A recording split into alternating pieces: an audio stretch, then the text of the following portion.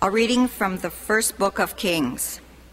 The Lord said to Elijah, "You shall anoint Elisha, son of Shaphat, of Abel-Meholah, as prophet to succeed you." Elijah set out and came upon Elisha, son of Shaphat, as he was plowing with 12 yoke of oxen. He was following the 12th. Elijah went over to him and threw his cloak over him. Elisha left the oxen, ran after Elijah, and said, "Please let me kiss my father and mother goodbye, and I will follow you." Elijah answered, "Go back. Have I done anything to you?" Elisha left him, and taking the yoke of oxen, slaughtered them. He used the plowing equipment for fuel to boil their flesh, and gave it to his people to eat. Then Elisha left and followed Elijah as his attendant. The word of the Lord. Thanks be to God. You are my inheritance, O Lord. You are my inheritance, O Lord. Keep me, O God, for in you I take refuge.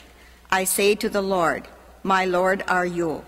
O Lord, my allotted portion and my cup, you it is who hold fast my lot. You are my inheritance, O Lord.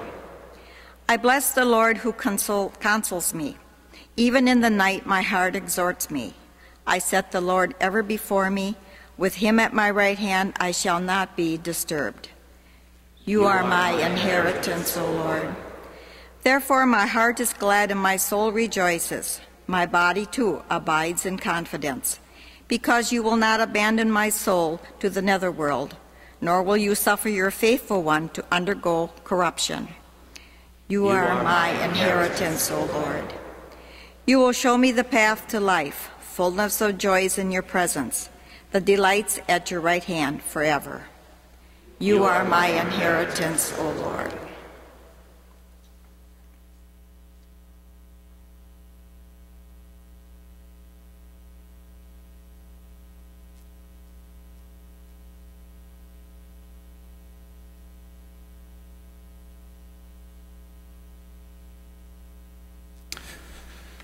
A reading from St. Paul to the Galatians. Brothers and sisters, for freedom Christ set us free. So stand firm and do not submit again to the yoke of slavery. For you were called for freedom, brothers and sisters, but do not use this freedom as an opportunity for the flesh. Rather, serve one another through love. For the whole law is fulfilled in one statement, namely, you shall love your neighbor as yourself. But if you go on biting and devouring one another, be aware you are not consumed by another. I say then, live by the Spirit, and you will certainly not gratify the desires of the flesh. For the flesh has desires against the Spirit, and the Spirit against the flesh. These are opposed to each other, so that you may not do what you want. But if you are guided by the Spirit, you are not under the law. The word of the Lord. Thanks be to God.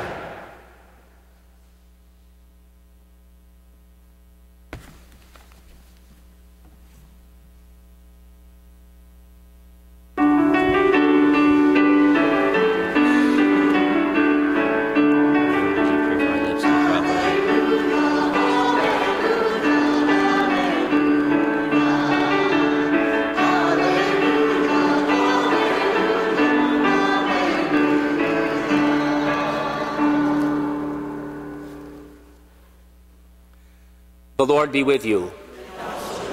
A reading from the Holy Gospel according to Luke. When the days for Jesus being taken up were fulfilled, and he resolutely determined to journey to Jerusalem, and he sent messengers ahead of him. On the way they entered a Samaritan village to prepare for his reception there, but they would not welcome him because the destination of his journey was Jerusalem. When the disciples, James and John, saw this, they asked, "Lord, do you want us to call down fire from heaven to consume them?" Jesus turned and rebuked them, and they journeyed to another village. As they were proceeding on their journey, someone said to him, "I will follow you wherever you go." Jesus answered him, "Foxes have dens and birds of the sky have nests, but the Son of Man has nowhere to rest his head. And to another he said, Follow me.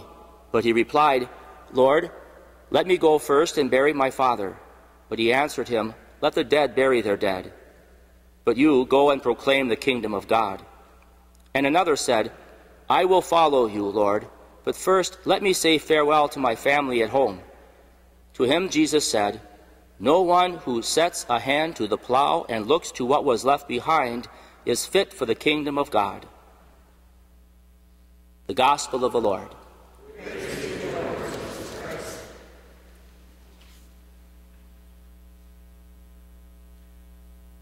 I grew up on a dairy farm on western Wisconsin. Big family, one of 12 children, one of the younger ones.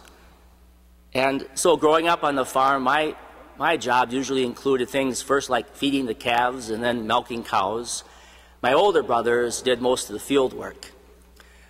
But of course, a part of that, you get to learn lots of things on the farm. Part of that of preparing the field for planting is obviously plowing. We see those images so frequently in the scriptures. Plowing the ground, and then of course planting. And of course when you plow, you make the furrows and you provide, as it were, the kind of guide for the planting after that. And farmers have a kind of interesting sort of competition among themselves. They like to see who plants the straightest rows of corn or soybeans or whatever it might be they're planting. And how do you get straight rows? First straight plowing and then straight planting. What happens is if you're looking left or right or over your shoulder, pretty soon, now we use tractors, not oxen or horses anymore, you're going all over the place. And you can see wavy lines as the corn comes up. My brother Tom was always the best at this. You could have a field that'd be a half a mile long, and Tom could scope out a point at the end, and you could calibrate surveying equipment on the lines that he would plant. They were straight as an arrow. You point your eye at the end, at the goal, and you direct your attention to it. You look neither to the left, you look neither to the right, and you don't want to look back. Because when you're driving that tractor, just like driving a car, you know what happens when you turn around. And even though we're not following oxen or horses anymore, which must have been terribly hard work, still, it is hard work out there in the field. You're bouncing around in that noisy tractor. It's hot. It's hard work. Thanks be to God, the horses, or in our case in the modern times, the tractor is doing most of the work. So when the Lord now brings this image to our mind, what does it mean to us now?